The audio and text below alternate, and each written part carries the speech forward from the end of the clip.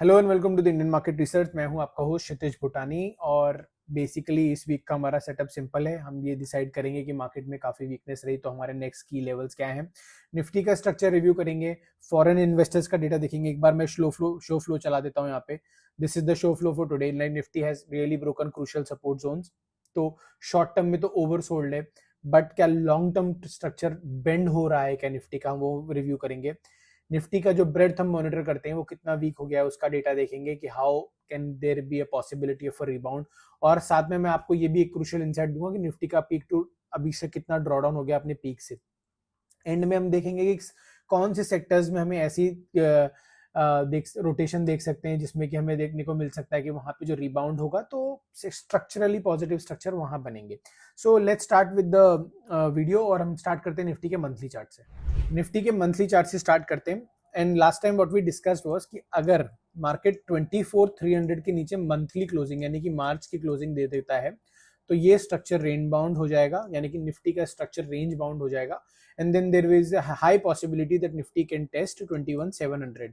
और हमने ये भी डिस्कस किया था कि जिस स्पीड से एफआईएस की सेलिंग हो रही है there is a high likelihood कि शायद इस महीने में भी हमें ये लेवल देखने को मिल सकता है।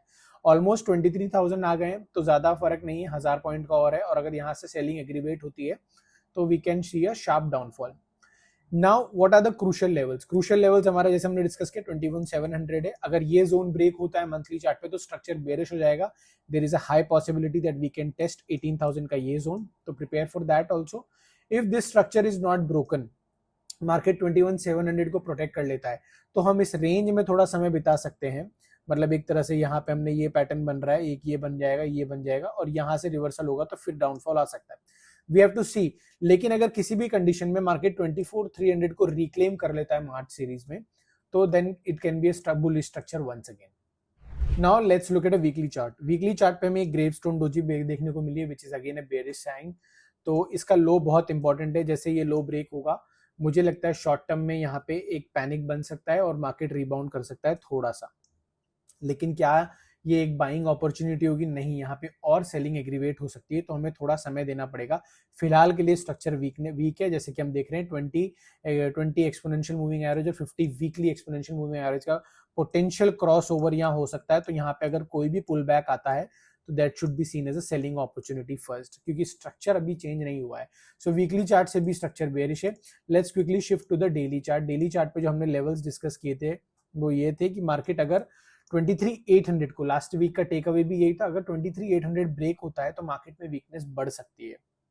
लेकिन वॉलेटिलिटी काफी ज्यादा है। इंडिया विक्स भी अब देख रहे हैं यहाँ पे हमें 50 और 200 का एक क्रॉसओवर देखने मिला है which is a bearish sign. अब ये क्रॉसओवर के बाद अगर पुल बैक होता है तो that should B first selling opportunity देखनी चाहिए बाइंग अपॉर्चुनिटी की जगह, अब चाहे वो 23,800 हो या 24,500 हो। तो जो भी रिकवरी आती है यहाँ पे अगर मार्केट इस जोन के नीचे खुलता है तो वहां से एक रिकवरी आती है। तो पहला सेंस में मतलब प्राइस को स्टेबलाइज होने दीजिए, मेरे को ऐसा लगता है अभी कोई प्राइस एक्शन बना नहीं है जिससे कि बुलिश सेटअप प्लान कह सके। 23,800 इज दैट लेवल कि भाई यहां से मार्केट अगर ऊपर निकलता है और सस्टेन करता है, like if this zone makes this something like this और यहाँ पे रीटेस्ट होता है तो यहाँ पे अगर बाइंग का एक सिनेरियो बनता है तो किया जा सकता है। Otherwise avoid short term buying in the Nifty.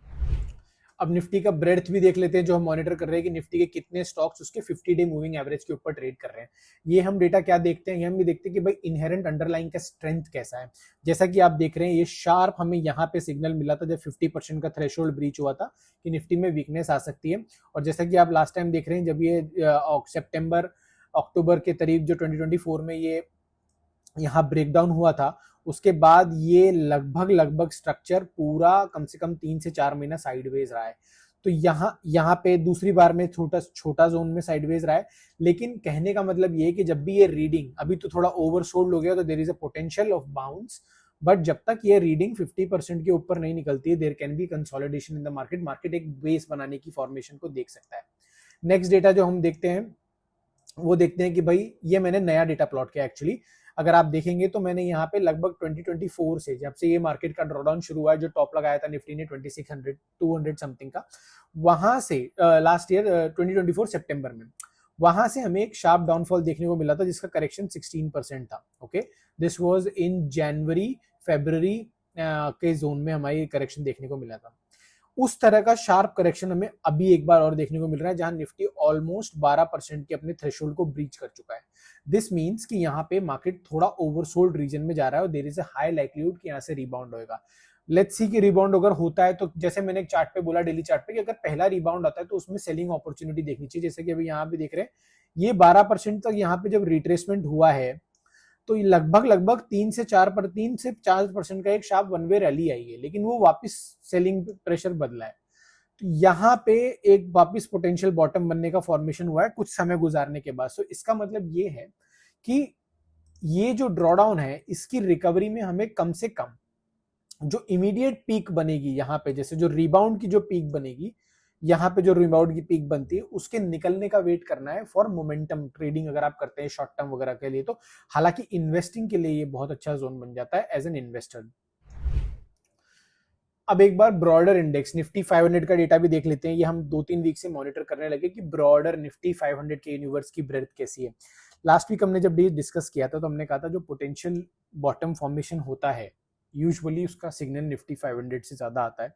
जैसा कि आप देख सकते हैं मई 2020, इसमें मैंने कोविड के बाद का डेटा लिया है, तो मई 2022 में और 15 जुलाई 2022 से यहाँ पे एक शार्प करेक्शन आया और उसके बाद मार्केट ने एक कोशिश की, यहाँ पे करीब करीब मई से जुलाई तक का समय लगा उसको प्रॉपर इस जोन में बॉटम बनाने में। ओके, यहाँ पे भी आप देख रहे हैं दिस इज ये बेसिकली निफ्टी 500 के स्टॉक्स हैं जो उसके 200 एसएमए के ऊपर ट्रेड कर रहे हैं। जब ये रीडिंग लगभग अपने 20% की रेंज में पहुंच जाती है, वहां पे पोटेंशियल आपको देखने को मिलता है कि मार्केट यहाँ स्टेबलाइज हो सकता है, डाउन साइड रिस्क कम हो जाती है।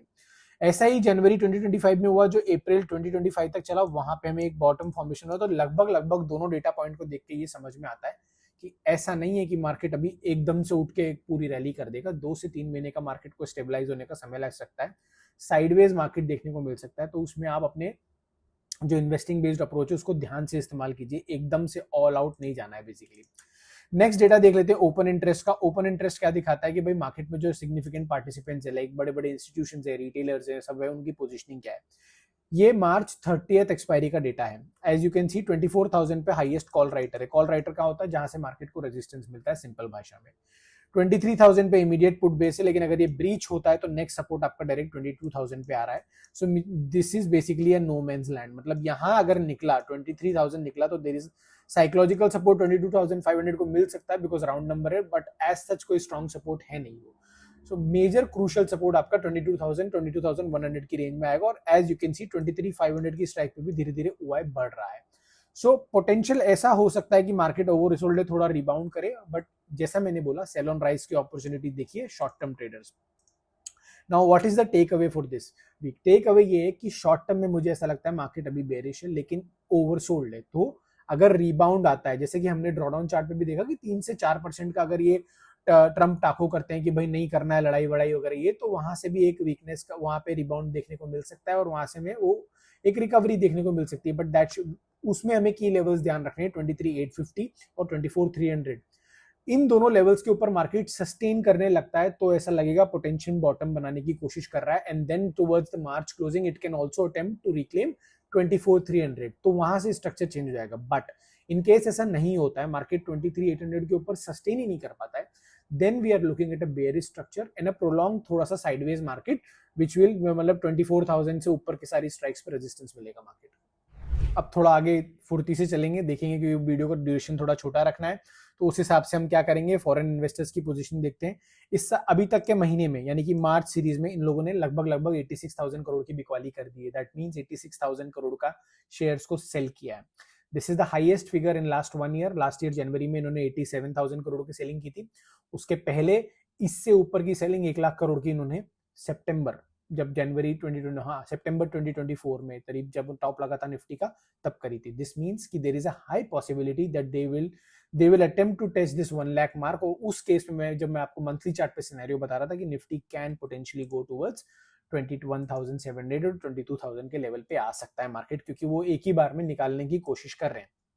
And this is my assumption, ऐसा हो सकता है ना भी हो।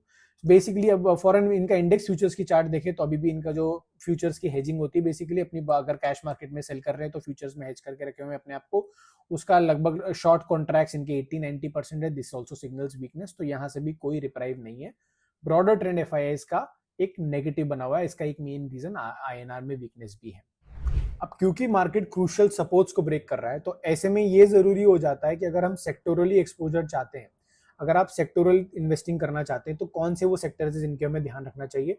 तो मैं एक बार क्विकली ग्लांस करूंगा, देन लेट्स सी कि मेरा व्यू शेयर करूंगा, आप इससे एग्री कर सकते हैं, डिसएग्री कर सकते हैं, आप अपना फाइनेंशियल प्लानिंग खुद कीजिए, डिसीजन खुद लीजिए, बट मेरा व्यू शेयर कर रहा हूं मैं यहाँ पे। Let's start with the metal sector. Metal sector में ये मैं मंथली चार्ट कर रहा हूँ, थोड़ा लॉन्गर होराइजन कर रहा हूँ ताकि वीकनेस आए तो क्या। मंथली चार्ट पे देखें तो अभी तक मेटल इंडेक्स ने प्रीवियस मंथ का लो नहीं तोड़ा है technically, and it is looking strong. एक इनसाइड कैंडल बन रही है, एक शार्प रैली के बाद यहाँ ब्रेकआउट आया था, sustaining well above the moving averages 20 and 50 on the monthly chart. So it's a bullish index, इसमें कोई दिक्कत नहीं है। यहाँ पे रिट्रेसमेंट होगा तो यहाँ पे बाइंग देखने को मिलेगी। लेट्स सी पीएसयू बैंक्स ने भी यहाँ ब्रेकआउट दिया था, ब्रेकआउट के बाद दिस इज द फर्स्ट, यहाँ पे प्रीवियस मंथ का लो अभी तक ब्रीच नहीं हुआ है। अगेन ये ब्रेकआउट के बाद this is also a pull back, यहाँ पे एक पुल बैक आ सकता है, तो पीएसयू बैंक्स में भी मोमेंटम बना रह सकता है। एज यू कैन सी यहाँ पे भी एवरेजेस के ऊपर ट्रेड कर रहा है। नेक्स्ट कम सीएनएक्स फाइनेंस, बेसिकली अपना बैंकिंग एंड फाइनेंशियल सर्विसेज में जो एनबीएफसीज वगैरह होते हैं उनकी कंपनी। यहाँ पे एक ब्रेकडाउन देखने को मिल रहा है, कोविड के लो से मैंने एक ट्रेंड लाइन बनाई है वो कनेक्ट करती हुई, and it is potentially testing the 20 monthly average. तो बेसिकली यहाँ पे मैं अगर ये इस 25,400 के नीचे की क्लोजिंग मिलती है तो ये स्ट्रक्चर वीक हो जाएगा, तो मैं इसको वेट एंड वॉच में रखूंगा, not as bullish as that. IT में आप जैसा कि स्ट्रक्चर देख रखे हैं, यहाँ पे एक हायर लो और यहाँ हायर हाई का स्ट्रक्चर था, लेकिन इस हाई के नीचे क्लोजिंग मिल गई है। अगर ये मंथ इसके नीचे क्लोज हो जाता है तो स्ट्रक्चर में वीकनेस है, 20 और 50 के नीचे ट्रेड कर रहा है, तो हमारा इसमें कोई वो इंटरेस्ट नहीं है अभी, जब तक ये स्ट्रक्चरली कुछ रिबाउंड नहीं दिखाता है।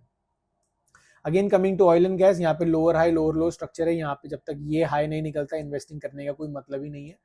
फार्मा अपने गेन्स को बहुत अच्छे से हायर लेवल्स पे कंसोलिडेट कर रहा है। As you can see this is the defensive sector का रोल प्ले कर रहा है। इनसाइड कैंडल से ज्यादा इसने प्रीवियस मंथ के हाई को भी ब्रीच किया है, सेलिंग प्रेशर आया है और अभी अपने 20 के ऊपर सस्टेन कर रहा है। और अगर ये 23,000 के ऊपर निकलता है तो ये लगभग 2 साल का कंसोलिडेशन है, तो आप लगभग यहाँ पे 4 से 5,000 पॉइंट का मूव एक्सपेक्ट कर सकते हैं। तो फार्मा सेक्टर को देखा जा सकता है। Next come to real estate index. Real estate index में यहाँ पे 20 और 50 दोनों निकल चुका है। अगर यहाँ पे अगर लंबा चार्ट देखेंगे मंथली तो ये यहाँ पे एक ब्रेकआउट हुआ था, उसके बाद ये पहला यहाँ पुल बैक आया, ये लोअर हाई स्ट्रक्चर है। तो technically I will be only interested in this sector when it reaches this 1000 का level, otherwise I would not consider investing in this.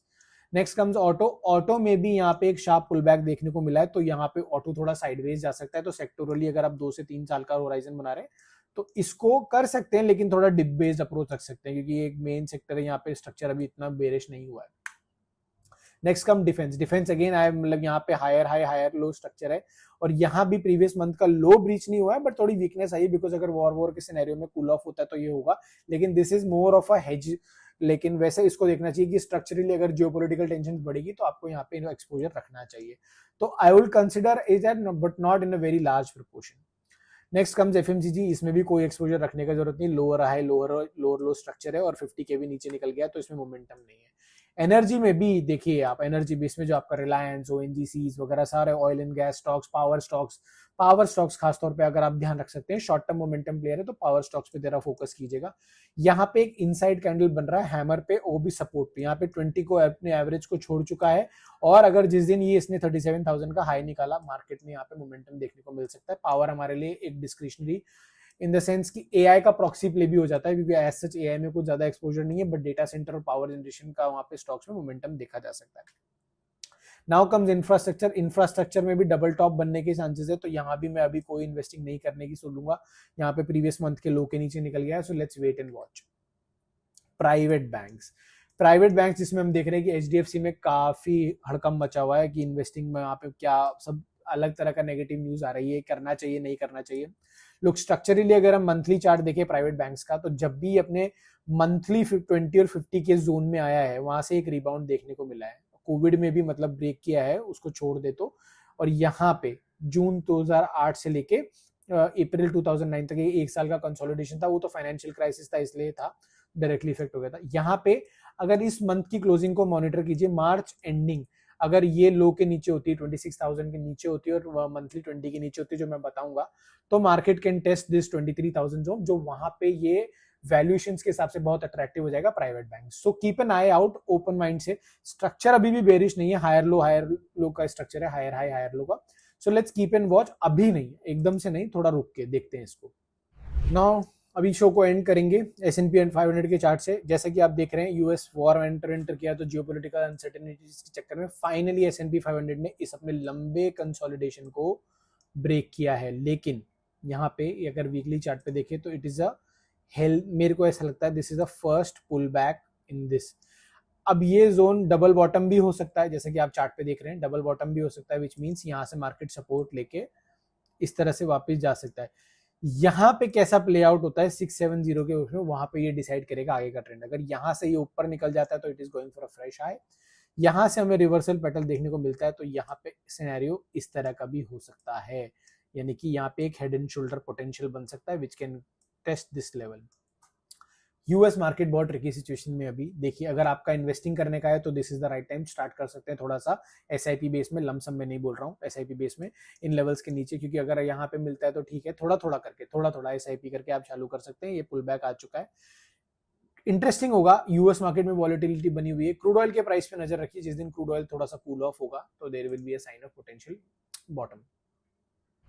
सो ये था हमारा एक ब्रॉड व्यू निफ्टी पे। निफ्टी में हमें बहुत ध्यान से रहना है। बेसिकली हम बहुत सारी चीजें कवर नहीं कर पाए बिकॉज वीडियो का ड्यूरेशन बड़ा हो जाता है। यूएसडी आईएनआर ने 93.78 का हाई लगाया है, मतलब वीकनेस आप समझ सकते हैं। 2 साल में करेंसी 10% टूट गई है, जिसमें 2 साल में निफ्टी ने कुछ रिटर्न नहीं दिया है। So technically we are down Nifty पे 12-13%, और करेंसी वाइज तो अक्रॉस उसका देखेंगे तो डॉलर टर्म्स में we are down to over 20%। So weakness बनी हुई है, तो this is a good time to start some investing in US market also. Lump sum थोड़ा एसआईपी बेस चालू कर सकते हैं। यूएस को ही सजेस्ट करूंगा, मेरे को बाकी मार्केट्स का उतना पता नहीं है, बिकॉज उतना एक्सपोजर नहीं है, और लिक्विड मार्केट भी है तो कोई प्रॉब्लम नहीं होगी। इंडिया में भी इन्वेस्टिंग करते रहिए, हो सकता है आगे जाके थोड़ा हमें अप्रिसिएशन मिले। अभी हम बॉटम के करीब भी पहुंच सकते हैं, और मतलब पूरा ध्यान 21,700, 22, 24,300 इन लेवल्स पे रखिए। बाद में वीक ऑन वीक वीडियो बनाता रहूंगा, तो आप ध्यान रखिए। अगर इस कोई भी डाउट है पोर्टफोलियो रिगार्डिंग या किसी चीज पे क्वेरी है या कुछ भी है, तो आप मुझे रीच आउट कर सकते हैं, कमेंट सेक्शन में लिख सकते हैं, and I'll be happy to answer. So feel free to reach out and protect your capital. थोड़ा ध्यान से डिप्लॉय कीजिए, धीरे धीरे कीजिए, आराम से कीजिए। कोई भी एकदम से, मतलब बॉटम बनने में समय लगेगा, ऐसे एक ही दिन में नहीं बनने वाला है, जब भी लगे ऐसे धीरे धीरे। So be mindful of that. Thanks for watching.